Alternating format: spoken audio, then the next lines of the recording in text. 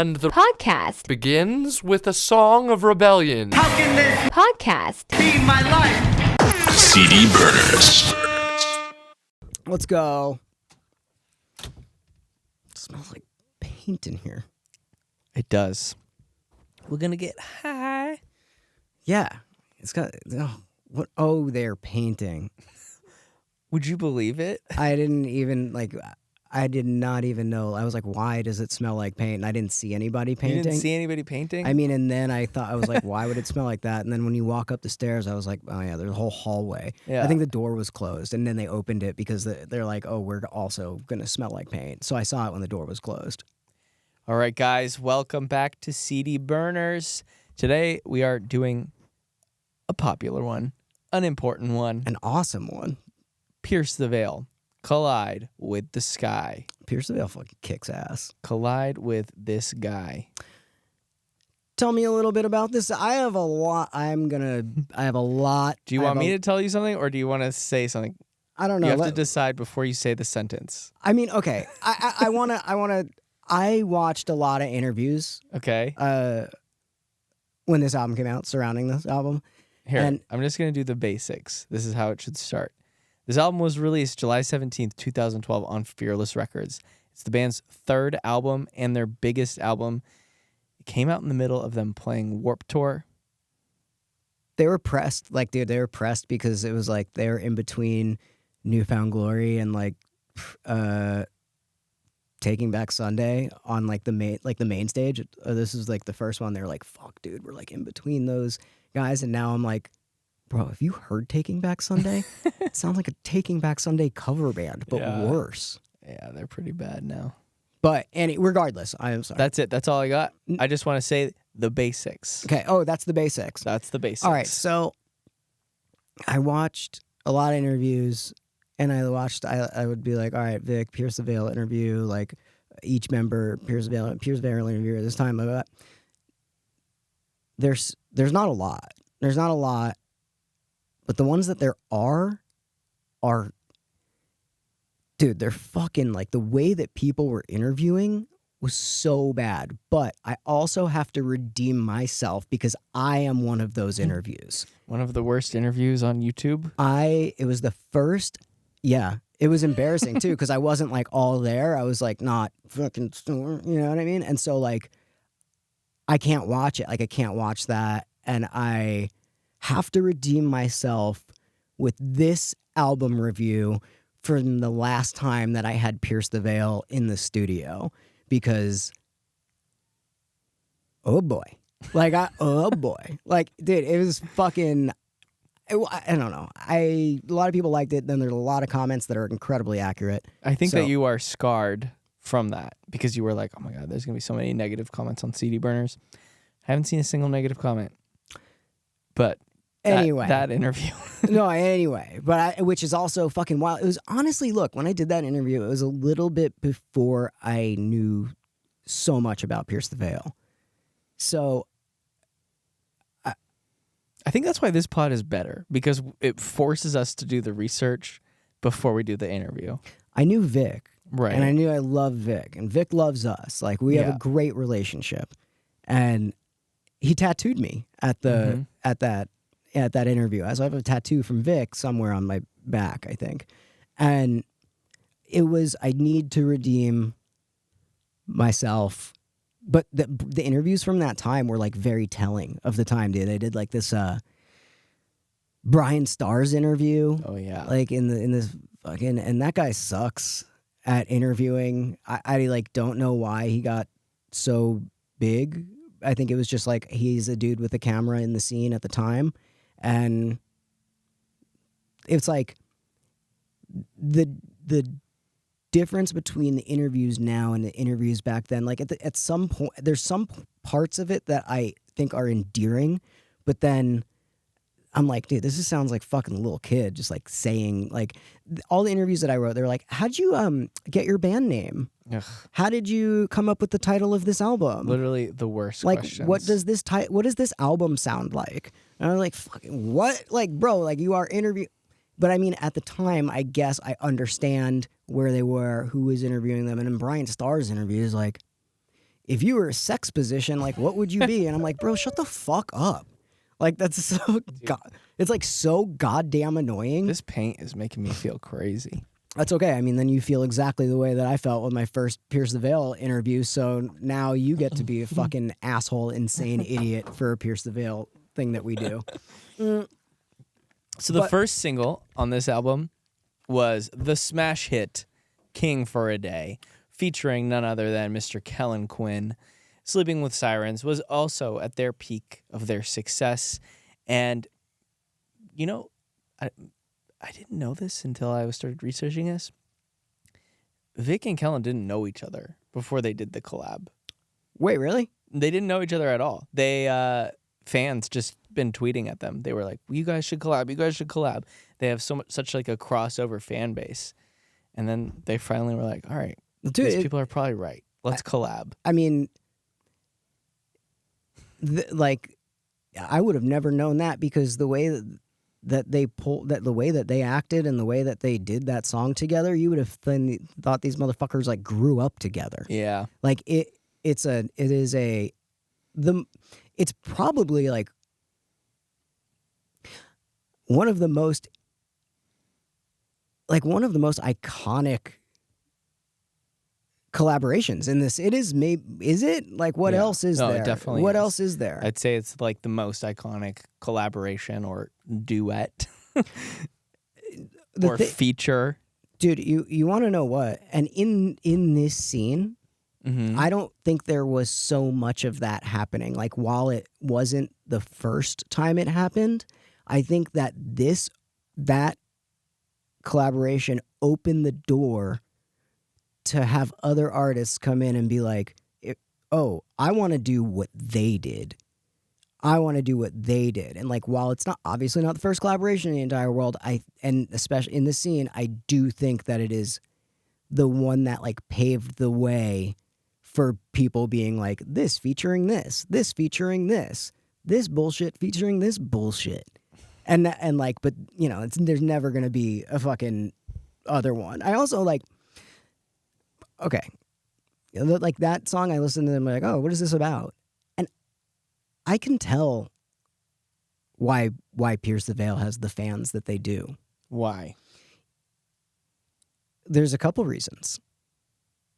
I mean, especially at least in King for a Day, it was like, you know, it was like the song is about standing up to people who think they're better than you, trying not to take advantage of you. Felt like I wasn't cool enough or good enough to some people. It's an angry song. But like when he said, like, yeah, there's songs that have been written about it, but when Vic says it, you feel like he's telling the truth is the thing. And he is, after watching all this stuff, after knowing him for so long, after this, like, doing all this research, I can say with my whole fucking chest that he is like not lying about any of this. This is a real thing. And when something is real, when you're doing something because you believe it, other people believe it and other people receive it the way that you're intending it to put it out. And there's so much of that in their band and on this album in particular that I am not shocked that this is like, I'm not shocked that it came back now. Lyrically, I was really impressed with this album, as you're saying. Like, you can tell that when he's singing these songs, he means it. And lyrically, he's an incredible storyteller. And I think, you know, this album came out in 2012.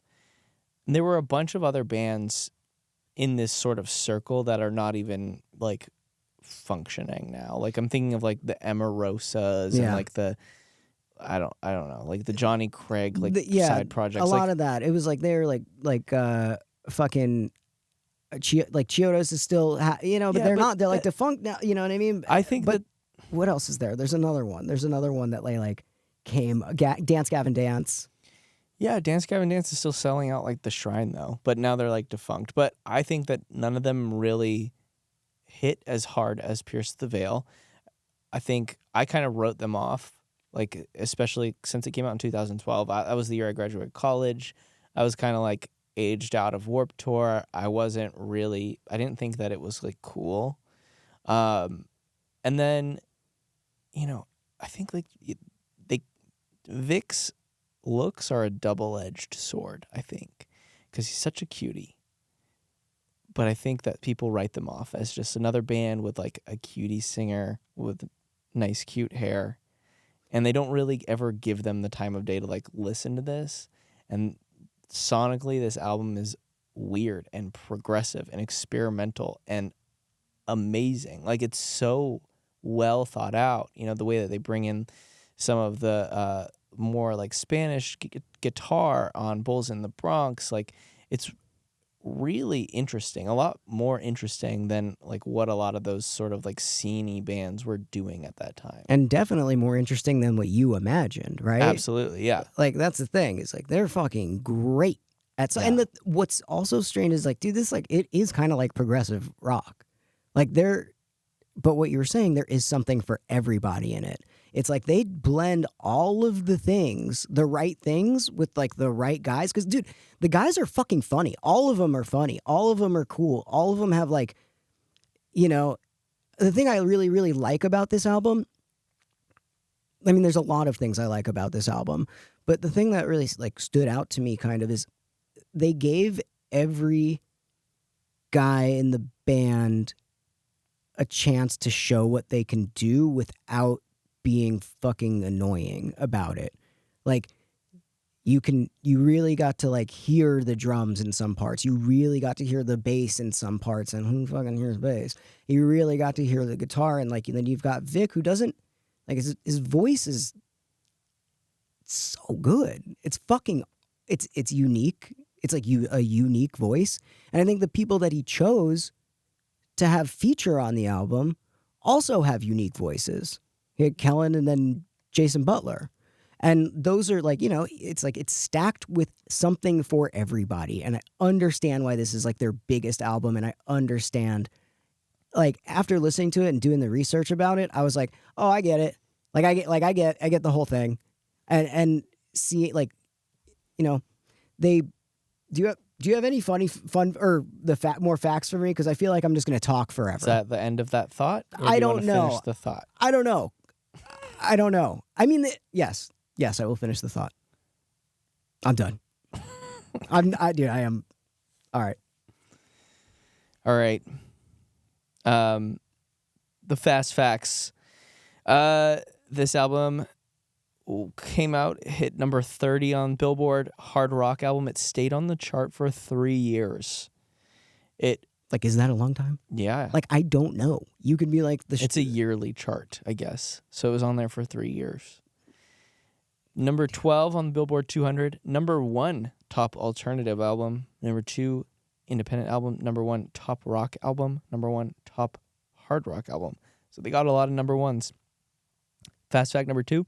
King for a Day hit number 1 on Billboard again in 2022 because of TikTok. A whole new generation discovered Pierce the Veil because of King for a Day going viral on TikTok. I felt like this is probably a good time to bring you in. Like, be like, all right, we're going to reel TJ in with this. And, like I wanted to kind of talk about and have your experience about the technology at that time, because I think that, I know we're talking about 2 different times right now, but the technology at the time when this album came out, people like had camera phones. Like people were able to like... That's true. The iPhone did exist. Yeah. So people were able to have videos easily of this band, which I think was another reason why this was so fucking much... It set itself apart from those other things, right? Because like if you didn't know what any of those bands sounded like, and you're like, they all probably sound similar, and then somebody showed you a video of Pierce the Veil, like, dude, I saw this fucking Pierce the Veil concert, like, look at this, and it's like, you see them, you hear them, it's like the whole package, and I get it. It was a way more accessible way for people to get into this band. And they also did like a documentary about during this time, which I think was like, it was probably a little bit easier to do than documentaries were before. But it was interesting. It didn't give me any information that I really wanted to know, but it showed like where they were going. It's called like This Is a Wasteland. Yeah, This Is a Wasteland. And it's just, it's like a personality piece like we've talked about with some of these other bands. It's like you get to know the band members, they narrate it, they show their whole tour through Asia and like all the South Central American countries that they never played before. It gives personality. And Joni, who puts together a lot of these notes, Shout out, Joni. She was like a big Tumblr core stan of what she calls the Holy Trinity for Tumblr fangirls, which is Sleeping with Sirens, Pierce the Veil, and All Time Low. And she said that they were really kind of marketed like boy bands. Like all of the members of the band showcased their personality online, and it kind of became like a personality trait. Like, when people talk about One Direction or something, they're like, oh, I'm a Niall girl. I'm such like a hairy girl. Dude, I mean, like people do that with Pierce the Veil. People do that with All Time Low. Like I was like watching these interviews and I was like, I texted you last night. Mm-hmm. I was like, hey, let's get Jamie on instead of Vic. Like I was like, let's get Jamie on. Jamie's fucking so funny. And like, I think that's I'd love to have all of them on, but like, fuck it. I would love to talk to Jamie solo and have his experience of what this album was like with like during this time, because I loved watching the clips with him, man. And like the way that they interact with each other, all of the whole band, like they felt really good. It feels really good. It feels like you want to be there with them. It feels like you are their friend. It feels like they are your friend. And like I did write a quote. I think this is a quote, or I might have paraphrased something. So, Collide with the Sky was important not just for its musical achievements, but also for its timing. Released during a period when the digital platforms were beginning to dominate the music landscape, the album's success demonstrated the viability and niche genres gaining mainstream acceptance, and a testament to the power of emotional honesty in music. That's a very nice quote. It's a good quote, and it's like, it's true, but I think there's some other reasons why it was so fucking big. Why? Dude, this was like prime time seeing Queen moment. Oh, yeah. Like this was like prime time, that shit. And it's interesting because I think if you were to tell my parents, if you were to be like, hey, they're listening to, he's listening to heavy music, they have an image in their head of what somebody who listens to heavy music looks like. It's like a metalhead, right?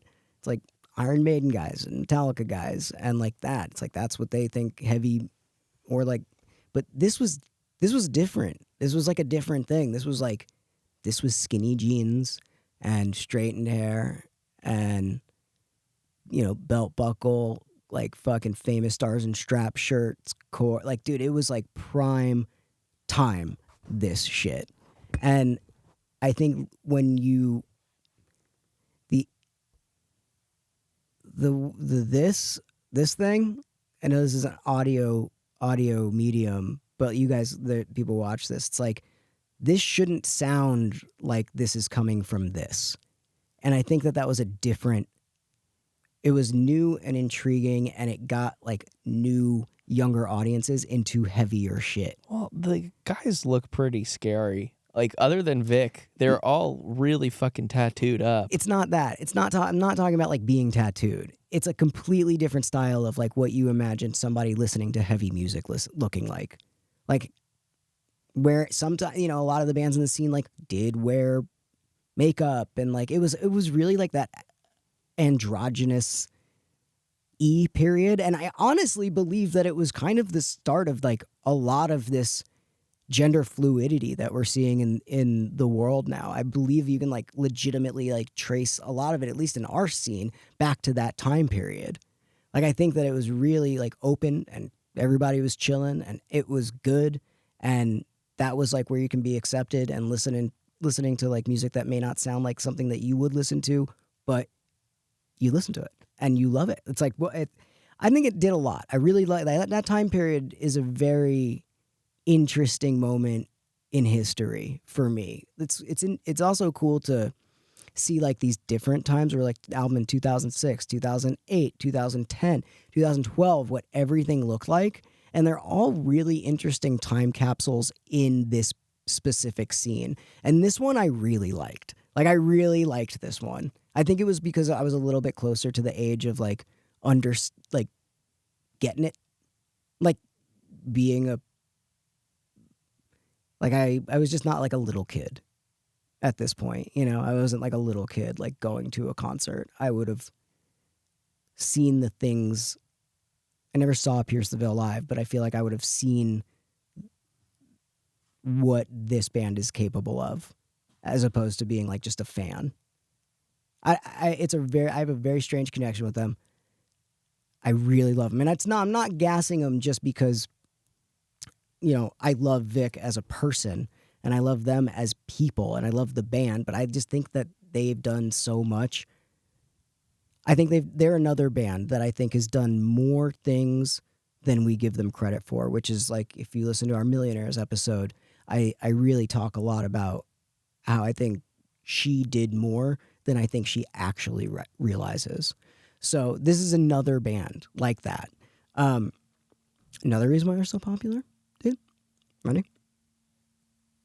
Mexicans. Like, I grew up in Tucson. The majority of my friends were Mexican. They love Pierce the Veil. They love Pierce the Veil. It was like Mexican representation in this music. I don't know another band that was like all Mexican dudes that did this. And we know how Hispanic people feel about emotional music, dude. You bring Morrissey to Mexico, you're going to have a fucking riot on your hands. Honestly, if you bring anything to Mexico, it's awesome. When we played Mexico, I was like, this is the best show we've ever played. Emo Night didn't work, though. I mean, when we went down there with Simple Plan and Papa Roach and DJ'd, that was great. But when we tried to do Emo Night parties in Mexico City, flopita. Yeah, it was a flopita, but I was talking about like when we played there, I was like, this is the best show. Yeah. I loved the energy of that audience, and I think that they're so, at least my friends growing up were like so passionate about the things that they loved. And so you have a band that isn't like any of the other bands that are on this, representing a huge demographic of people that are inherently really passionate about shit. And you have like a really big, you know, it's like a recipe for success along with all of the other things that I was talking about. Like that's a fucking, and it's awesome. Like I fucking love it. I think it's like the coolest thing to like pick apart the, like why things work and the way, like what does and what doesn't and why things are the way they are. I think that there's a class in school that is that. What is it? Sociology? I don't know. Whatever that is, I like it. It's like looking at trends in the world and like looking at trends with culture. I think that is awesome. And I think Pierce the Veil did such a massive, massive job at bringing in like a little bit more of a diverse audience than the Warped Tour was used to seeing. And in conclusion, I'm done with my thesis statement. Yeah, I don't even know where to fucking go after that, dude. Well, I'll tell you. It also came out at a time when people were fucking talking about a lot about like mental health. Yeah, there's a lot of themes on this album about like suicide, his ex-girlfriend's cancer diagnosis. He wants to give people hope and, you know, let them know that they're okay on their mental health journey. Shh. Get the fuck out of here. Get out of here. Can't you see that we're recording an important podcast about Pierce the Veil, you motherfucks? Okay, this is another thing. So, like, at the time, there was all this, like, I'm going to tell a crazy story. I'm going to tell an insane story.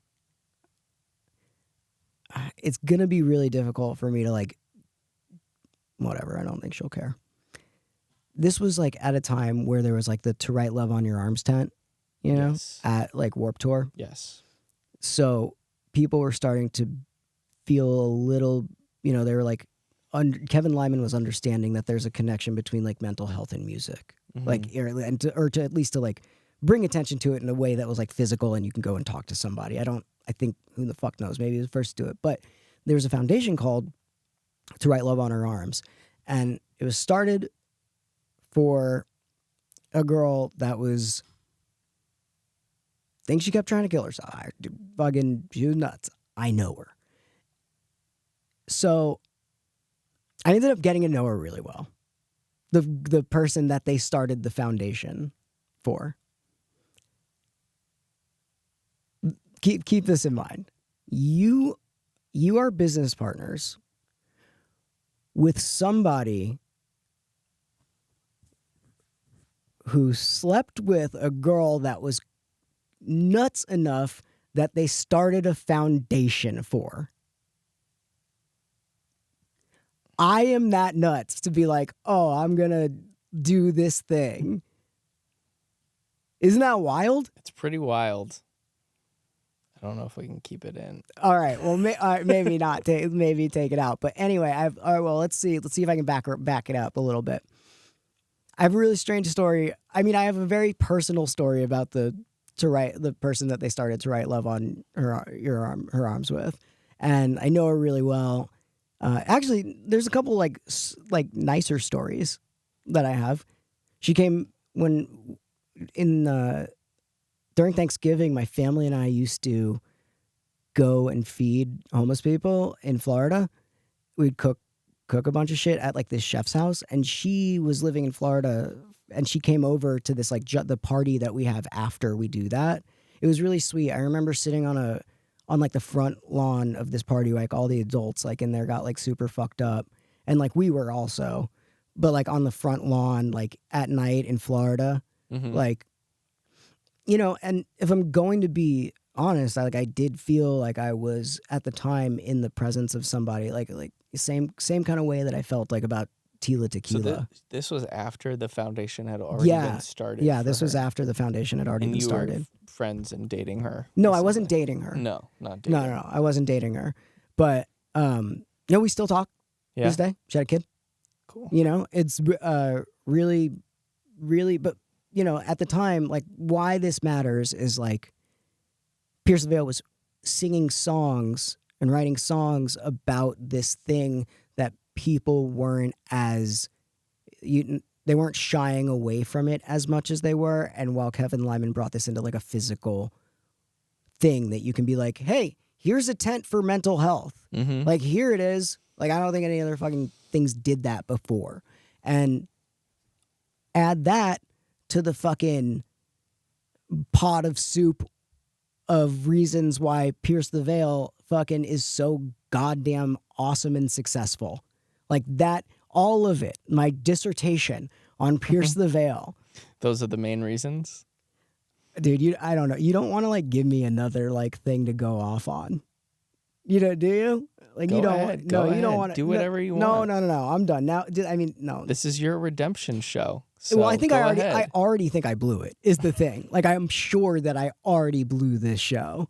That people are going to be like, this fucking asshole talking about Pierce the Veil again, blowing it. I have to come back for a third time. I think I have to have a third Pierce, you know, like the third time's the charm with me and talking about Pierce the Veil.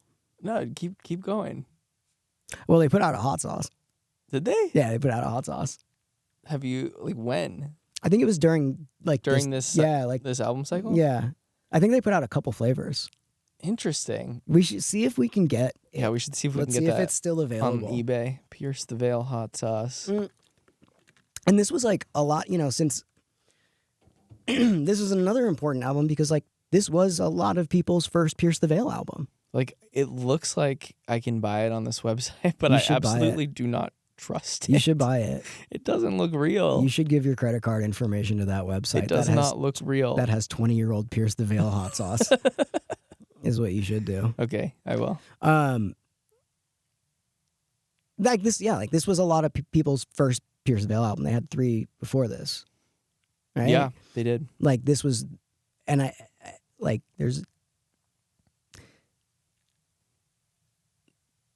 there's a lot. There's something in this album for everybody. That is like the thing that I really want to lead with. I guess not lead because I'm 30 minutes into the fucking episode screaming about Pierce the Veil and doing it. Can you tell me a little bit about the production stuff? Because I feel like I've been talking for a long time. I can. We talked a little bit about some of the features on this album. Jason Butler of Fever 333, and at the time he was in Let Live. He is featured on Tangled in the Great Escape.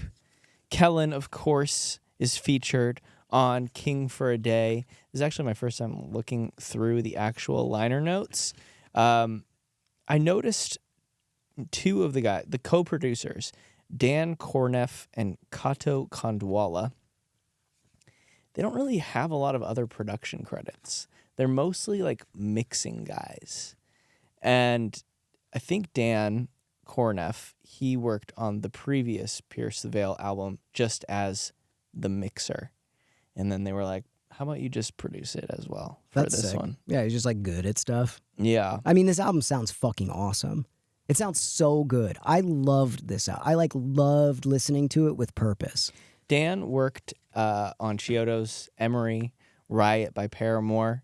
It's weird when you go through his credits. He's credited not only with mixing on Riot, but it says Explosions.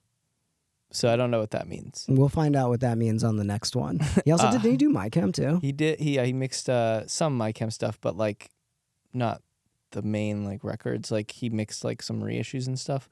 Papa Roach, Crown the Empire. The other guy, Kato, he died at age 47. Shout out Kato, dude. He died in a motorcycle accident. It's a bummer. It always a bummer when that happens.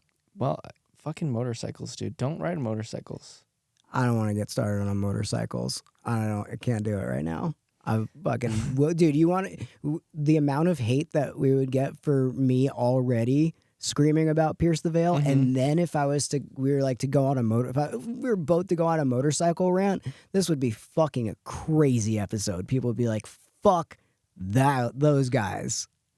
But I also figured, okay, you keep going because I figured out another thing. You figured out another thing? I Go did. ahead.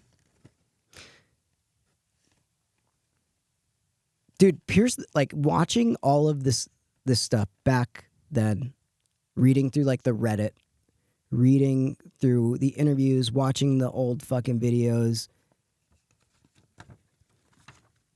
Like, this is maybe a generic statement, but Pierce the Veil has always been about its fans. They write songs about their fans, right? Like, they listen to their fans. They are a fan-facing, fan-friendly band. And that's like, dude, what else could you possibly want in an artist that you love? To have the artist listen to you. And when you talk to them, they feel like they're listening to you. And so much to the fact that they like wrote a song on the album about A fan who committed suicide. Yeah. She posted a video on Tumblr and it got sent to Vic and it haunted him for days. And he wrote Bulls in the Bronx about this fan. He said it was heartbreaking seeing such a young girl saying things like she'll never be anything special or that she was ugly and disgusting. This video haunted me for weeks and I ended up writing about her every once in a while. He did something also on this album that maybe will remind you of somebody. He like went to a cabin. He wrote it all over the place. Like it was written all over the place, but he like locked himself in like a cabin for like a week or two. Yeah, up in Big Bear. Yeah, I don't know. Yeah, something like that. But I do that all the time. Every time I need to take a fucking little. Every time you write an album. Every time every time I feel like my head's gonna explode and the world is driving me crazy and you all are gaslighting me. That's when I go to Lake Arrowhead or Big Bear, up there. I mentioned the Taking Back Sunday thing. Again, I was like, let's see what else here. What are your standout tracks, Morgan? I'm low on gas and you need a jack. I like all of this album. I like this whole album. It sucks to have to pick like one. And I really liked that song too. Like Dancing on Tables in Palm Springs. Dude, it was It's so good. The crazy thing about that song is it's like sounds like stuff I did. Like it it really like Yeah, it sounds like a very personal like situation that you'd end up with like your girlfriend like going off and partying without you, and then she's like drunk texting you. Oh, I ended up in Palm Springs dancing on tables. Like it's so relatable and like such a oddly like personal lyric. And I think especially too like the San Diego thing, just like SoCal, like punk, like, oh, my girl did that. She drove out to Palm Springs, got wasted. Yeah, it feels like It's so specific and it paints such a good picture. My other standout track was 100 Sleepless Nights.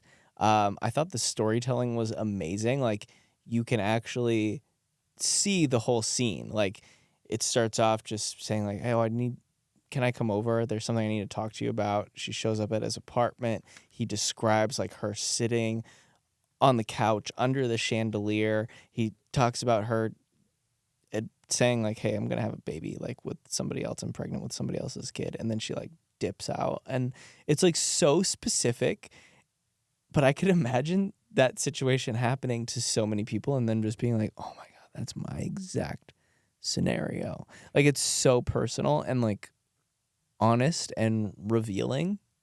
I don't know. Dude, I mean, you're a lyric guy. What was the song called? It is called 100 Sleepless Nights. 100 Sleepless Gex. Mm-hmm. What you're a lyric guy. I feel like I've become more of like a music guy. And what I think, what you're saying is true. I believe that to be true. And I don't believe, I think some of the lyrics, like you said, it is a general thing, but the way that Vic says it sounds so specific. It is specific. He is quoted, especially with that song too. He says, this song is pretty literal and describes a night that I will remember for the rest of my life. Like, this is his fucking diary. He's just putting out exactly what happened to him in such a literal way that I don't think you don't hear this kind of like songwriting and storytelling in this genre a lot, I don't think. I mean, that's the thing. It's like he can write something that you're like, oh, it's all familiar. Like it's all familiar. It could be general, like whatever it is, but when he says it, it's familiar. Yeah, because it's so real. Yeah, and it sucks to have to fucking say that shit about an album because it sounds like a stupid album review or like what people say about albums. But in this case, I think it is actually true. And that's what I was saying at the very beginning. I believe him. I believe their band. And like, like you are a lyrics guy, I am a music guy. I think the thing is, while the lyrics are fucking awesome, so was the music behind all of this. I really, really want to I loved the way that a lot of this album sounds much better, much more than I like the way than I've heard albums sound lately. I really, really love the way it sounds. And you're right, they did do this thing, like they were kidding, like they're funny guys. They like dubbed it like Mexicore, which is whatever. I think it's a very super common thing that people know about Pierce the Veil. And like we all know that, they did there's like a lot of Spanish influence on some of the albums, which I think is awesome. But I don't think what they're saying, what I'm trying to say is that, yeah, they did that, but they did it the best. Like they did that the best. If anybody else in this fucking scene ever brought in any elements of something else, they didn't do it as good as they did. It didn't sound as good as this did. It's interesting. I don't see this name on the track on the liner notes. So I can't verify if this is true, but I found something somewhere that ties back to another album that we've done, A Day to Remember, Homesick. I read that they co-wrote the track, the first punch with Tom Denny from A Day to Remember. Yeah, they did. I watched a couple of videos of them in the studio too. together. I thought I did, but like he's not credited in here, so I don't know. Maybe he wanted to keep it low key. If you guys don't know who Tom Denny is, he's basically like they considered him the secret weapon of A Day to Remember. He was in the band for 3 albums, I believe, up through Homesick. And then he stopped touring with the band, but would still help them write everything. Yeah, I mean, that guy was a fucking monster. And now he has a studio and like produces for other people. But yeah, he's a great writer, and he wrote the first Punch with Pierce the Veil. Maybe we have to ask Vic why he doesn't have a credit in here. Make sure we see if that's true or not. Yeah, because I'm going to spread another piece of misinformation right now. I read somewhere, I don't know if it's true, but it doesn't sound true, but I hope it is, that it charted above Rihanna and Radiohead. Yeah, I heard that. Which is fucking... I don't know if you guys remember how goddamn big at the time Rihanna was. Yeah, she was so big. Like that was like Umbrella era Rihanna. That is fucked up. It's probably her peak. That is fucked up and crazy if it's actually true. If you like this, you might like what? You do yours first. Holy Water. Yeah. That's a great one. Yeah. That's a great suggestion. To be honest, Joni put it on here, but I was like, you're so right. That's a great suggestion. Yeah. Yeah, Holy Water. They spell it HOLYWT ATR. ATR. Yeah, they leave out a letter in there. They leave out the E. Leave out the E. If you like this, you might like Peso Pluma. Oh, hell yeah. You know what I mean? Yeah, like, totally. For real. Like, if you, like, I know that a lot of the people, I don't know, well, now I don't know because, like, everybody listens to everything, but if you haven't heard Peso Pluma and you are a fan of just what Pierce the Veil is, like, there's a good chance you will love Peso Pluma. Peso Pluma is sick. I mean, I love Peso Pluma. We were at a hardstyle show on Friday, and the DJ dropped a mashup of Peso Pluma with some, like, 190 BPM hardstyle.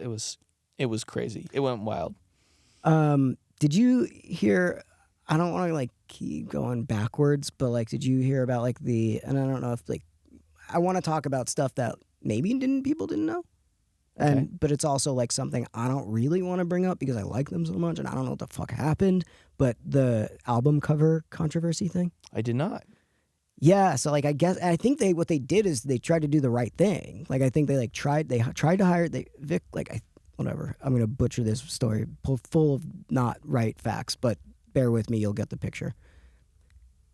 So they had this artist in mind of like something that they wanted to make the album, the cover, or it was a piece of art that already existed. I'm not sure about that. And they asked him, and I think the guy was like, down, yeah, sure, for sure, down. And then he didn't deliver it in time, or it wasn't made in he didn't get the deliverables weren't there, whatever the reason might be. And then so they had another thing that was similar to the thing that they wanted, and I think the guy got bombed or something. But who knows? There's so many. Look, I'm a Vic apologist, so in my eyes, he didn't do anything wrong, and like, I don't give a fuck if that guy is mad at him because I'm sure that he tried to do the right thing in the moment. So, yeah. Fuck that. Like, I am a Vic apologist, dude. Anything that I don't think there's much that you need to apologize for Vic. He's a perfect angel man. He's the fucking best guy. He really is. Just every time I think about him, I'm like so blown away that there can be somebody who is at the level that he is at and be the person that he is. And it's hard to explain until you meet him and get to know him. And, I don't know. I mean, I would hope that if hopefully this interview with Vic will give you guys a little bit of insight into what it's like to hang out with Vic Fuentes from Pierce the Veil. Yeah, and also maybe redeem myself from the last time that we did any sort of interviewing. I literally feel like I'm going to throw up from this paint. I feel so sick right now. Thank you guys for listening to CD Burners. All right, TJ's going to go throw up. I'm going to throw up in that trash can behind the camera. Are you actually really? I might. All right, we gotta go. You should keep the cameras on. You want me to turn the cameras? No. Don't do it. I mean, do you want me to film it with my camera? How do I make this full screen here? Hello, boys. Hi, guys. Everybody. How are you doing? Deej Morgan. Hey, We could hear 1 Congratulations. second. Congratulations on the Padres. Oh, Bro, thanks, dude. Isn't that crazy? insane. Yeah, it's like the wildest shit in the entire world. It's the was that like, I mean, did they get in contact with you, or did you guys like how the fuck did that happen? We were like, It was like yeah, you tell the old it was. story, I mean, the old tale. yeah, it kind of randomly happened. Our agent from going to Padre games, I think he took his whole staff to a Padre game once and got in contact with like someone in marketing or whatever. And randomly, I was at a ball game last year with a buddy, and he hit me up and was like, "Hey, where are you sitting?" And I was like, "What do you mean?" He's like, "I want to have a couple people meet you, and maybe we can like form a relationship and see if we can maybe get this first pitch thing sorted out." And I was like, "Okay, I'll say hi to a couple people and stuff." And yeah, we met a couple of the people there, and they were super sweet. And then yeah, she kind of was just like, "Hey, we got to get you out here one of these days." And I was like, still like just being like, "Yeah, totally, like for sure." And that was kind of the end of it. And randomly, obviously, a couple months ago, he hits us up and is like, "Yo, it's all happening. We're like making it happen." Obviously, the Blink show helps a lot, so thank you to them for booking Petco Park. But yeah, it kind of just organically happened, and it's been a dream for me personally, for obviously all of us being from San Diego and just loving the Padres and stuff. And it's awesome. Look they gave me the ball here, and I still have it, and it's like legit. Dude, Wow. I was like, when I saw the pictures of you guys doing it, I was like, would it be so funny if they all held onto it at once and threw it together? Yeah, Like all this. We had like talks of doing some silly stuff, like maybe playing like paper, rock, scissors or something silly like that. But we were like, don't overthink it. Just, keep it. It was just an honor to be there and an honor to be asked to do it. And it's like, I feel like high school Jaime is like, I can finally like, what's up? Yeah, you can like go back. Yeah. Mm-hmm. I feel very go cool. back. I feel very Dude, cool. I mean, I know it's not really worth anything to anybody else but me, but no, the thing is it like, and stuff like that, you can really tell that it's a really special thing and really important to you guys. And I think that's even from like the announcer's voice saying the band name, saying it's like you hear that voice like since you were a kid. You used to say it's like the same guy. He's like 70 years old and he's been doing it forever. And it's like just kind of really cool to have that. I don't know. It's hard to explain, but it was awesome. Yeah, it's like you guys. I know that there are like certain things in our lives where it's like, yeah, you guys do arenas and you do these amazing things, but then there's moments like that where you're like, what? It keeps getting weirder and weirder, and I'm just like, I knew for some reason I was like, that's got to be like a fucking big one. But anyway, thank you guys for doing this. I really appreciate it. I know it's it's early. We've been doing this podcast for a little bit, and we're going over all of the albums that, in the beginning, what we're doing right now is just going over all the album plays that are happening at when we were young. But, and we've been talking to a lot of bands, a lot of people behind the scenes with the bands, producers. You kind of want to dive a little bit deeper into these albums, and, especially with your guys's, I feel like I have to redeem myself a little bit for some of the interviews that I've done with you guys. I want to do a real interview with you because I just like fucking around with you guys. But this is I don't ever want to do a real interview with you, Morgan. Well, I have real questions today. Okay, So, but that's fine. Well, I will. All right. I mean, I don't. I have like not real questions too that I put on the side, but I will get to the real questions. But we want to talk about Clyde Sky, and that's like when I was going back and re-listening to. Oh yeah, by the way, Jaime, Vic, what's up? Pierce the Veil. Hi. Oh yeah, hey. Didn't actually, do any. Before we go further, is my mic okay now? Yeah, you're good now. Okay, all right. I just cranked it again, so I don't know. That Perfect. SM7's got You guys the weak signal. Does it? That's what I have. Sometimes. Do I sound good? Yeah. Yeah, sometimes they great. make like little boosters for SM7s because they're a little a little low. They're not too hot. I have a little like I'm doing the full studio thing. I got Jaime's compression. got I got all Jaime's kinds of got giving I you the got EQ. full sauce right now. Probando uno dos. Yeah, we're doing. Dude, the you whole sound good. The thing is, you sound fucking awesome. Whatever Yeah, you have, I want it. radio. Yeah, Jaime's just got a voice though. He's got that. Thick, I got a face for radio. Yeah, he's got a lot of Same. a lot of vocal range there.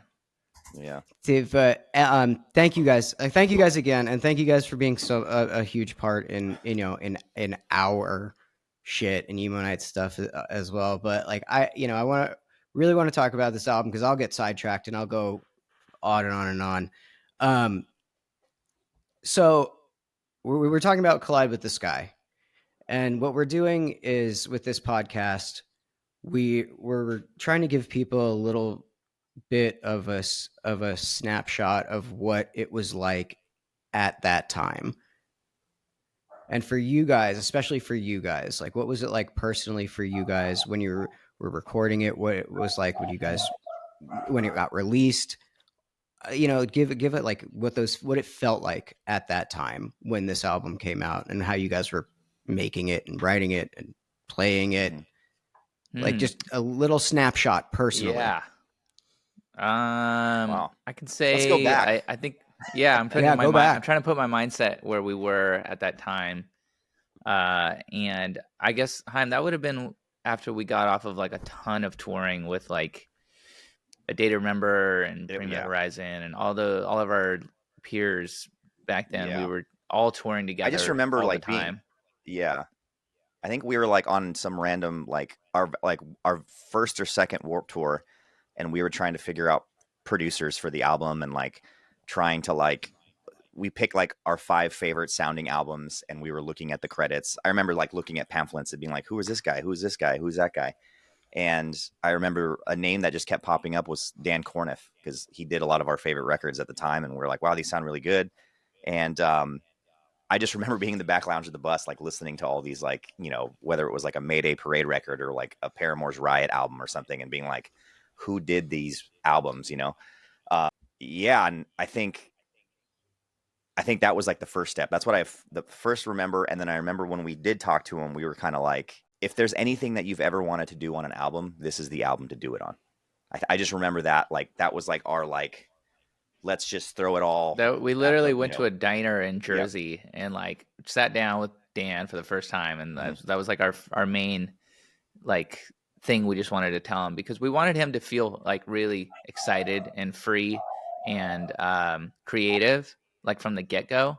So we were just like, like if you ever wanted to try something or do something like crazy, like we're the band to do that with. Yeah. Because, we literally we were looking to experiment and do some fun, out of the box stuff as well. And so I think that gave all of us like an initial headspace to be, not locked into any sort of traditional way of recording and do anything we could to make this record sound interesting and very unique and stuff. I mean, I think at one point he was like, there's an abandoned like office building next door with a giant warehouse.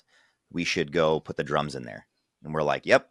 We didn't even think about it. We're like, let's do it. Let's just try it and do. And that was, that came from that mindset. We're in a professional, legit studio, and we're like, let's go to this rickety old abandoned office building with this massive like warehouse. And, he brought his board in there, like his massive mixing console. He was just like, he totally took that and ran with it to a new level.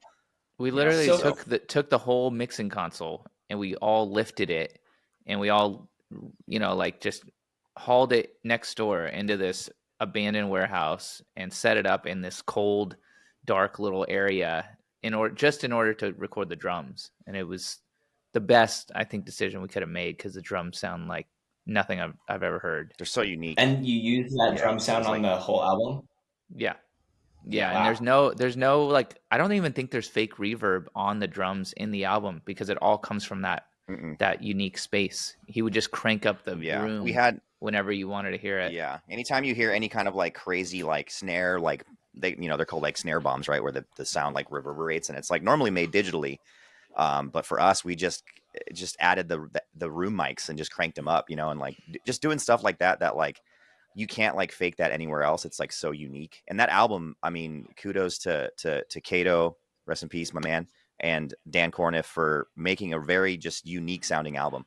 That one for us was If like I the first time. remember correctly, when I was doing research, it seemed like Dan and Kato hadn't really done any producing. They had just done like mixing and engineering. Engineering, Is yeah. that correct? It's funny that you say that, because that was a big part Correct, of trying to find our producer, because it was difficult back then, because Dan at the time, he was not credited as producer on a lot of records that he did when he should have been, and he wasn't getting the correct recognition that he was supposed to from the other producers that he was working with. So we had to kind of go by word of mouth of people being like, no, Dan did Paramore Riot. He's the one who did it. Like, and like, there's other people involved, but he was the guy. And so but his name wasn't on the record in the proper way, and so it was hard to really know what he had done, because he was kind of getting screwed over by like not getting the right credit at the time. So, I remember we everyone just was had a just lot like, of Dan's the conversations man. we had a lot of conversations with different bands, and every single one of them was like, oh, this is the reason the record sounds the way it sounds. And we were like, well, that's what we're looking for. We're looking for, someone who can just take the guesswork out of making like drums sound like drums. And, because that's what we wanted. We didn't want anything to sound fake. We wanted it to be as real as possible. And he was, going back to the beginning, we're like, this is the record to do it on. Like anything that you've ever wanted to try to do, this is the one to do it on. And I think that really honestly helped that record kind of do what it did. I want to come back to that, because there is something about this album that, and I don't know if it's because you guys are so close, or in the way that you guys were making this album, but every single instrument on this album kind of shines in its own way. Individually, it's not just one thing. It's like when I was going back and re-listening to this album, as a job to re-listen to this album and be like, all right, I have to pay attention to all this stuff. I noticed that every single instrument and vocal and every part of it is really has an attention to detail and has really specific, I don't know, like standout moments. And I don't know why. Is that because you guys are so close, or is that something that you guys thought about consciously when you were recording the album? Yeah, we went in hard with every single bit of the record, every sound, like, because we were working with producers who were really good at recording real instruments and guitars and bass and vocals, and they were like engineers first, Yeah, they're all super like talented masters of engineering. So, and we really all love finding great tones and like, really searching for good sounds, and we all bonded on that, and so in the studio, it was just months of just finding the perfect tone for this one guitar part in every single part of every single song, and it was just like super time consuming, but we were just like up for it, because that's what we wanted to do. We kind of wanted to make the best sounding organic record we could do possible, and that was our goal. And we worked with Kato Kandwala, who has since passed, and he's like a master of finding whatever sound it is you have in your head. He can make it happen. I tracked the entire record with Kato, and it was the first time in a really, really long time that I learned every single day something new. How he tracked his engineering. At times when I was like frustrated with the part, we would pivot and do something else, and we'd come back to it, and I would like nail it first try. And he was just like, was like, yeah. Well, I'm saying after tons and tons of tape, he was just like a musical therapist. Like he just knew exactly what helped me do what I needed to do. And it was like, it was a pleasure just every single day learning something new, how he would track certain things. He's like instrumental to everything that I know about bass tone and what a bass should do for a song, he's the one who taught me it all. Like Yeah. it was such an awesome like experience for me working with him, you know, because at times we'd just be alone, just me and him in the room, just kind of hacking away at songs. And man, did I laugh. And it was just, Yeah, it was a wild time, man. I'll always remember those times. It's really They cool, worked. really special. They worked sort of like a factory. We actually had 3 people involved in this record. Yeah. And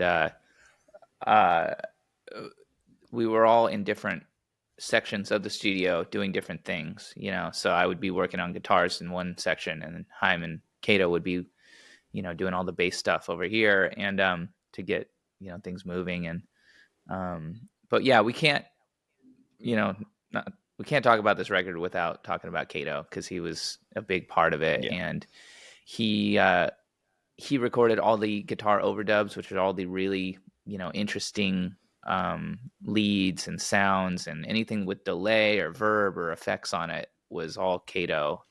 And he taught me one of the most important things I think that I've ever learned about songwriting, was that he told me, as long as the song is interesting, I don't care about anything else. As long as it keeps me interested the whole time, I don't care how long it is, how short it is, what is going on in it. As long as I am, you know, as long as my attention and I'm entertained, that's all that matters. So like, you know, like if you want to make a Bohemian Rhapsody that's, you know, whatever, how long, 7 minutes or something 7 like that. minutes long. Yeah. Like you're still interested the whole time in that, and during that song. And or like NoFX The Decline, it's like what is it, like a 20-minute song or something like that? Yeah. Like, Yeah. and it's I don't skip around anywhere in that song, because it keeps you interested the whole time. And so that really stuck with me throughout, you know, every record that we do and everything we do now. So it sounds like the recording process as a whole was, you know, pretty meticulous, but it was also pretty rewarding. It sounds like you guys enjoyed making the record, had a lot of fun doing it, got to do some weird experimental stuff, and really take your time to try new things. Were there any challenges or obstacles or moments where it became not fun? That's a good question. I wouldn't say it was. Yeah, I don't think it was ever like. I think the hardest part is when we're all, you know, at the time it was the 4 of us in a room, and we were legitimately playing each song, like skeleton form, jamming it out, trying to figure out parts and it, you know, how things felt. And I think that always, it's a challenging time, you know, because we're trying to do what's right for the song, and sometimes we butt heads on what we think should, you know, just this or that or whatever it may be. And you know, I remember we were trying to figure out some stuff, and it was like, this has to be this version, or this has to be this version. And I think for me, that's the hardest part, but it's also, I think, the most rewarding, like you guys were saying earlier, because that's where like we really confirm the song and go, yep, this is, and we just put our heads together and like really kind of make the song what it is, you know. And that's what I can definitely tell you the hardest part for me. It was the end, when we were trying to finish it, and oh sure, we couldn't go any longer, and we needed to wrap it up. And I was being very pressured to finish the singing, all the lyrics and all the vocals. And I was living in the studio. We had a hotel and stuff, but I was, at that point, I was living in the studio to get it done. So I was sleeping in the room that I was doing my vocals in, and I was sleeping 4 hours a night. And I totally forgot about this. I was like, no, the whole process was amazing. And now I like remember. yeah. I was sleeping You 4 hours a bury night. it I was down having deep. like anxiety attacks, and because I was just stressed because I was trying to finish the last of the record, and I would just wake up and just start singing, and then I hit a wall where I lost my voice, and I couldn't finish the last song. And we were debating using the demo vocals for "Stained Glass Eyes," the song called "Stained Glass Eyes." Yeah, I remember that whole process. Yeah. So they were listening to the demo vocals and being like, we can just use this, right? And I'm like, oh, no, we can't do that. So I took like 2 days off, and I just didn't talk for 2 days. And then I just kind of like squeezed out the last of what I could do to do that song. And then literally we had a date for mastering. At this point, it was just me and Dan too. Like, Haim, you'd gone home at that point. No, And yeah, I remember because we were at home when we decided to like redo Stained Glass Eyes, and we're like, dude, we're all like, I think, yeah, this is the right move. And I'll never forget when you flew home, we had like a little get together at your house, and it was like all of us there, and you were just like, we fucking did it. And that was like the first time all of us were together. Dude. Like, holy shit, you're home. This is awesome. And then one of the coolest experiences I think of my life was the end when we had a date to master it by Ted Jensen in New York City, and we were in Jersey at the time, and we called in another engineer to edit vocals for us, like was just working around the clock, chopping up vocals, getting things done. Me and Dan are like trying to mix the last song like all night because we had to master it the next morning at like 8 a.m. in New York City. So we worked all through the night, finished it, got it in a place, like, put it on the tape or whatever, drove Dan's car, me and him, into New York City, like on no sleep, and then handed it to Ted Jensen, who's like a world-renowned, amazing mastering engineer. We got to watch it get mastered just sitting on a couch in his like crazy space station of a room that overlooked New York City high rise, and listen to the album getting played the best sound quality that you would ever hear it in. I've never heard it, in that way since. And it was like just the coolest experience, craziest way to end making a record I think I've ever experienced. That's incredible. Yeah. I mean, as you kind of touched on it a little bit, but this, I really want to get in your, how old were you guys when you were doing this? 42. No, I don't know. I don't remember. I was in my like mid 10 years to ago, late 20s. So, yeah, I just want to, this was pretty spry. Everybody was spring chicken. But, we're spring chicken. For sure.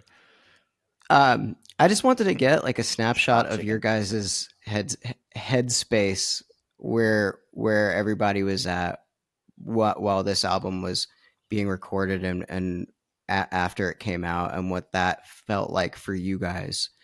I know it's an open question, but I think my favorite thing when we're talking to artists is, everybody is, we all kind of share the same feelings about things. And I think it's really exciting for, younger artists or bands to be like, all right, these guys did just feel like me at one point, or there was that, oh, they're people, they're just like me. And that's kind of, I just want to get a snapshot of like what you guys were like at that time. I think for me, I just think about how like hungry we were to exactly. Yeah, I was gonna say the same thing.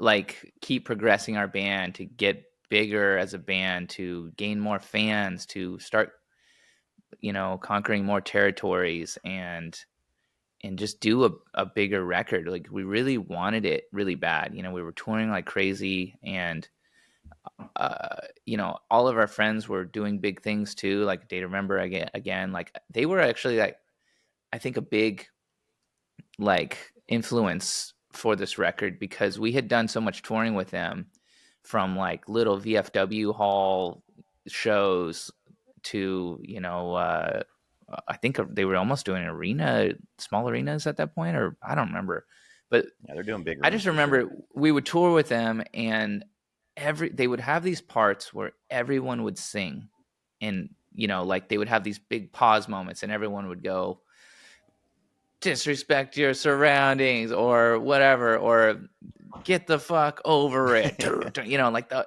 And it was like they told the crowd what to do, and they guided them. And I always remember thinking, like, when we're playing shows with them, I'm like, we don't have any parts like this that do that. Like we don't have, everything is very complex, and we don't really like tell the listener or the audience what to do in these songs, and we don't give them a chance.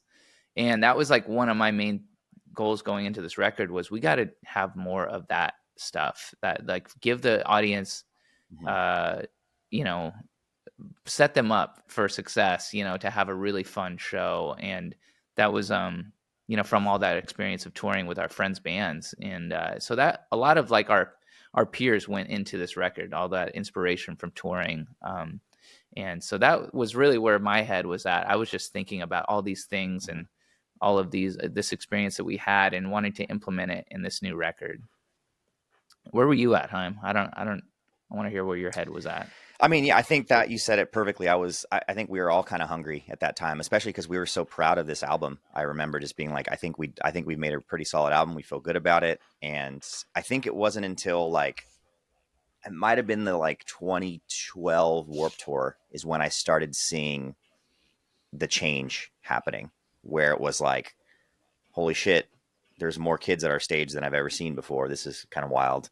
And kids are singing these newer songs like they've known them for 10 years. It was just, there was just something I could feel was changing. And I was like super nervous, but also very excited because I was like, yo, what could this do for the band? Is this going to open up more, you know, more opportunities for us to play these types of shows? And I just remember that whole like, and then we did the Collide tour, was like, I'm trying to remember it. Yeah. Collide with the Sky 2012. And it was like some of the biggest rooms we've ever done. And like the tour was selling insane. And it was like something I could just feel something change in the band. And it's kind of tough to do, you know, when you're doing like the same thing over and over, you know, every day and playing, you know, shows all the time and stuff. But I remember that moment being like, something is happening. We need to like take advantage of this and really just enjoy everything. And yeah, it was really awesome. And we were having such a blast, man. Like everything was just so new to us. That's the answer I wanted. Hell yeah. Jumping back to A Day to Remember for a second and their influence on this album, I believe there's a co-write with Tom Denny on the first Punch. Is that something that happened organically, like on tour, or is this something where he joined you guys in the studio? How did that sort of co-write come to be? We became friends with Tom when he was in A Day to Remember, and we just hit it off, and I always loved that guy. And he, and then we started writing with him. I would fly out to his hometown of Ocala in Florida, and we would just work at his house because we just loved playing guitar together. That was like our thing. We just loved sitting down and riffing together, and we were really had a good chemistry, and we would just write tons of really cool riffs together. And he was really fast at editing drums, and I learned a lot from him during this process, watching him edit drums and how he made demos and made them sound like really realistic and brought the, you know, your creativity to life and what this song could be. And so I learned a lot from him. But that came from just a trip. I went out to Ocala to work with him, and I did that a few times with him, and we would just round the clock make riffs for like 3 or 4 days. And then so that song came from that trip, just us jamming together. Yeah, love Tom. He's so talented. Awesome. Still so talented. Check out his band. He's got a new band, so check him out. You guys, Jamie Jaime touched on this. That's not my name. PP Johnson touched on this for a second. I just noticed that. It's so, dude. One of you guys were saying, Noticed it. Look at Vic lose it. Dude, one of you guys was saying something really serious and nice, and I was looked at PP Johnson, and I had to fucking stop. Like I had. It was just the craziest moment of my life, as PP Johnson said. I know. I was like, fucking. I was like, had to stop. I was like, all right, don't think about PP Johnson so right good. now. But you guys did touch on this for a second, and I, you know, knowing you guys for as long as we've known you now, I believe it, and it's you guys really are for your fans. Like you really are a band that loves your fans. I know a lot of bands say it. I know whatever. Like, you know, we know how this goes. I know you guys. I believe it, and all the things that you guys have done, and all of the things that you guys have, it really shows. I just want to say that before I go into this. Thank you. Yeah, no, dude, and I'm like watching like new fandom every day. It's really, it's fucking insane. And It is it makes insane. me feel proud and cool and like happy for you guys. Like, I mean, is this the album that you guys started to really notice that? Yeah, I mean our fans actually inspired some of the songs on this record. Um, you know, King for a Day would not have ever happened without our fans. They brought me and Kellen Quinn from Sleeping with Sirens together. You know, they kept tweeting at us like, Vic and Kellen got to do a song together, do a song together. All every day I would see it, and you know, we couldn't not notice it. We had to take notice of what they were saying and why they were saying it. And so I don't even think we had ever met Sleeping with Sirens at that point. We were kind of in different worlds at that point, and we hadn't toured together yet. And I had never talked to Kellen, and so that was all from our fans just being like, hey guys, like putting us on a little blind date. And so I remember we were at the studio. I called Kellen. I remember I was just walking around outside the studio and being like, hey man, we got this song. You know, our fans really want us to do a song together. I think I have the perfect one. And he was super into it and totally down to do it. And what we did was once we kind of like decided we were going to do something together, we had King for a Day pretty much mapped out, and it was like you know, right there ready for Kellen to do something on. We left a part of the song blank just for him to do whatever he wanted, and that was like where the part came from, the whole like, please won't you push me for the last time. That was all like, we left that whole section blank for Kellen to do whatever he wanted, and that's what he did. And I remember when he sent that back, we were all like blown away. Yeah. It was like, Oh yeah. we were like, I remember oh when I my first heard it, I was God. like, oh, okay, here we go, yeah, guys. it just like, it took the song to such a new place. And it was, I mean, can you imagine if like he didn't follow through with something like really cool in that part? I mean, like, and he just did it. Everything was perfect for that, the right moment, right time, everything. And he did such a great job. The vocal performance that he gave was Incredible. amazing, iconic. He's just like got like grit in his voice. And he was all in on it. And yeah, so that was all brought together by the fans, you know. And I think some of Bulls in the Bronx and Hold On Till May was inspired by some really sad stories that we heard from fans about a fan passing away. And that fan's friends, this girl Olivia, all of Olivia's friends came together and sent us all these messages, and were like letting us know that Olivia was the biggest Pierce the Veil fan, and she had just taken her own life. And it was this really sad story. I think she was only 15 or 16, beautiful young woman, and she just couldn't handle the world and had this really tragic story. And so we kind of wrote some stuff for her, you know, because our fans, you know, were telling us a story, and we wanted to kind of, you know, do something for them and for her and dedicate that moment to her. So, and then years later, recently, I think we just met Olivia's family at one of our shows. Remember, Heim, when they were at the show, they had like a sign up, and like, Yeah, that's right. It was like yeah, like some family and stuff. Yeah, it was a while back, but I mean, and that's something, once again, talking about the fans, like taking that song to a place that we never even thought or imagined. You know, every May is Hold On Till May. Yeah, that's the whole thing. That was she had this. It's so sad, and I hate to even, you know, talk about this because it's so dark. But like she had this motto, like she thought she was going to hold on till May, and that's when she was going to end her own life. And so Hold On Till May, she said that, and I just, you know, we ended up using that as the song title because I just thought it was just so tragic, and you know, and that was all for Olivia. So yeah, and so in that way, you know, the fans were deeply in us, Mhm. and we were just a part of this record, and a part of every record since. We always have some sort of story or so lining between us and our fans in the way that we share things with each other.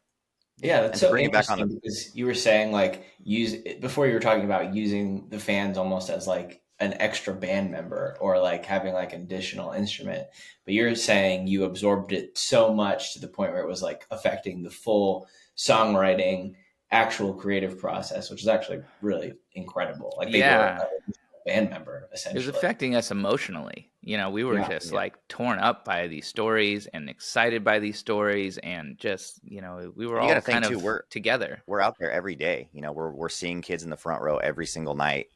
So we were living it with them. And experiencing the song together. And now to bring it to like the positive note, now that song has grown to such an amazing and now it's all about suicide prevention and awareness, and it's just kind of taken its own form, and it's just become such a positive movement for kids, like, hey, I held on another May. Like, it's just a cool thing to kind of talk and rally around. And it's gotten to the point now where we're listening again, trying to do something special with it. Yeah, it's taken on a life of its own, and we say that song isn't ours anymore, and it belongs to our fans. Because our fans took it and they made it their own and made it something new and different. And so now, like Jaime was saying, yeah, every single year, every single May 1st, we get this flood of people saying I held on till May, and just being so proud of themselves for holding on another year, even through, when things are hard. And also, May is when people are graduating. So we get all these people with their grad caps, saying I held on till May, I graduated. And it's like this huge positive, influx during the month of May. It's amazing. Love it. Well, we don't want to take up too much more of you guys' time. This has been a really awesome interview. Thank you guys for opening up and sharing so much about this record and letting us in behind the scenes. Wait, we already started the interview? Dude, if PP Johnson wants to stay on, I got nothing to do. I'm hanging. I'll start fucking around. Top 10 worst bad movies. We always ask everybody this question sort of at the end of the interview. Looking back on this album, obviously you guys are super proud of it. It's had such a huge impact in the scene and in the world. But is there anything about this record that you would change or you wish you did differently? That's a good question. Man. That is a great question. Oh my God. The safe answer is to be like, no, man, I wouldn't change a thing. You don't have to be safe here. No, I'm trying to think if there's anything that I look back and I'm like, damn, I wish we'd have done that a little better. Yeah, it's like, I don't know, like re-listening to it. I wish and we you're would like, have toned down the BPMs on the first punch. It's the fastest song on the planet. That's a good point. Yeah, First Punch is almost like physically unplayable live. Like we have When We Were Young coming up, and I'm fearing what how that's is going to come out of the speakers when we try and play that song live. What's the BPM on it? Do you know? I'd have to double check, but it's in the 200 range. Oh Jesus, dude, come on, guys. Like 228 or something silly. Yeah. I mean, honestly, like, I think everything about it, there were like mistakes made. There were like happy accidents that happened, like us jamming together in an old abandoned warehouse. Like, all of it was just, I think it just brought character to every single, note on that album. I always say this. I was like, even if we tried to make that album right now, we would never capture that sound again. Like, it was just a time and a place, great engineering, great mixing, great people involved. It was, I don't know. Yeah. The only thing I would change is I would make it longer, because it was a lot of fun. Longer? The good stuff, not the bad stuff. Okay. A longer experience is what I meant. I thought you meant a Only the longer good stuff, record. You not want like a 16-track album? No. No. But yeah, that was A double album? I remember a lot of the fun stuff. Yeah, a double album. Yeah. No, it was I just had a lot of fun. I just remember, our little T-ball games in the band room and Yeah, It was fun. I wish I don't know. I can't really say much else. I mean, we had a lot of our friends on it. Jason from Fever is on it. Shout out, Jason. Lindsay Yeah. Stamey, who I recorded him and I don't think she's. Oh yeah, Jaime recorded Jason back home while I was in Jersey. They did that back in San Diego. That was really crazy. Jason came and I remember me and him just sitting down and like working on that part. Yeah, I still have like I don't know if it's in one of my notebooks over here, but I still have his lyrics that he was kind of coming up with. Like I kept that piece of paper just because I thought it was cool. His like I can just see his mind like on scribbles, and I was like, oh, I know what you're doing. I know what you're going for. That was pretty cool. Dude, if you find it, send us a picture of it. I want to see that shit. Sure. Yeah, and I have guy. like 1,800 notebooks around, so it's scribbled around here somewhere. But yeah, but yeah, and a lot of cool stuff from. I got to tell you guys how Lindsay came about too, because that was really fun. Like they were recording in the same studio in a different section of it, and her band, what were they called? Was it Oh No Fiasco? Was that their band name? I don't know. I think that's correct. But yeah, so she had a band and they were recording, and like we were just all eating, lunch together a lot in a little common area, and got to know each other. And then we needed a female vocalist for Hold On Till May, and she was so good. She was like one of the best live singers I've ever heard. And yeah, she just came in one day and like banged out that vocal for us. Didn't even know the song, didn't know what was happening, and just crushed it. And just gave such an amazing performance. So love you, Linz. That was amazing. Dude, yeah, so much magic happening on that record. Yeah, that's kind of what we wanted to like kind of bring back, like kind of talk about that time period and talk about like what it felt like and talk about the songs. And I could gas you guys up all goddamn day. I mean, The Jaws of Life is like one of my favorite albums that has come out in the last like decade. So I think you guys absolutely fucking killed it. But I would love to do this again sometime. Yeah, man. Anytime. I have baby. more questions. Anytime. I have more questions that are funnier. But I wanted to.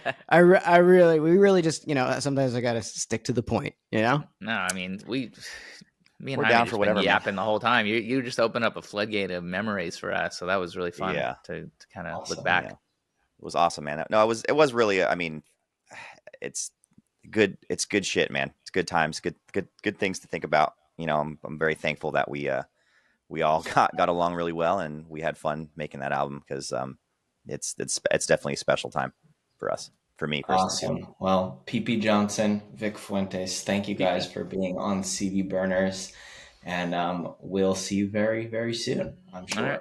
Love you, boys. Thank you. Dude, we love you guys. Thank you so much.